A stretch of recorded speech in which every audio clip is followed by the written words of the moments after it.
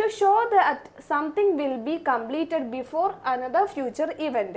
അതായത് for example when it rains they will have waited for 2 hours. ഇവിടെ എന്താണ്, മഴ വരുമ്പോൾ അവർ 2 മണിക്കൂർ കാത്തിരുന്നിട്ടുണ്ടാകാം അല്ലേ. ഇവിടെ ഇപ്പം എന്താണ്, ബിഫോർ അല്ലെങ്കിൽ അനദർ ഫ്യൂച്ചർ ഇവന്റ് വരുന്നതിന് മുമ്പ് നമ്മൾ അത് അവിടെ ഒരു ഇത് കംപ്ലീറ്റ് അവിടുത്തെ ആക്ഷൻ നമ്മൾ കംപ്ലീറ്റ് ചെയ്യുന്നത്, അല്ലെങ്കിൽ മുമ്പോ അല്ലെങ്കിൽ ഫ്യൂച്ചറിൽ വരുന്നതിനോ മുമ്പോ ശേഷമോ എന്താണ് ഒരു സെർട്ടൻ ടൈമിൽ നമ്മൾ എന്താണ് അവിടുത്തെ ആക്ഷൻ കംപ്ലീറ്റ് ആക്കുകയാണ് ചെയ്യുന്നത്. ആണ് എക്സാമ്പിൾസ്. ഒരു എക്സാമ്പിളാണ് she will have cooked dinner before they arrive. അവർ വരുന്നതിന് മുമ്പ് അവൾ അത്താഴം പാകം ചെയ്തിരിക്കും. അതായത് അപ്പോൾ ഇവിടെ എന്താണ് നമുക്ക് കാണിച്ചു തരുന്നത്, completed before another future event അല്ലേ.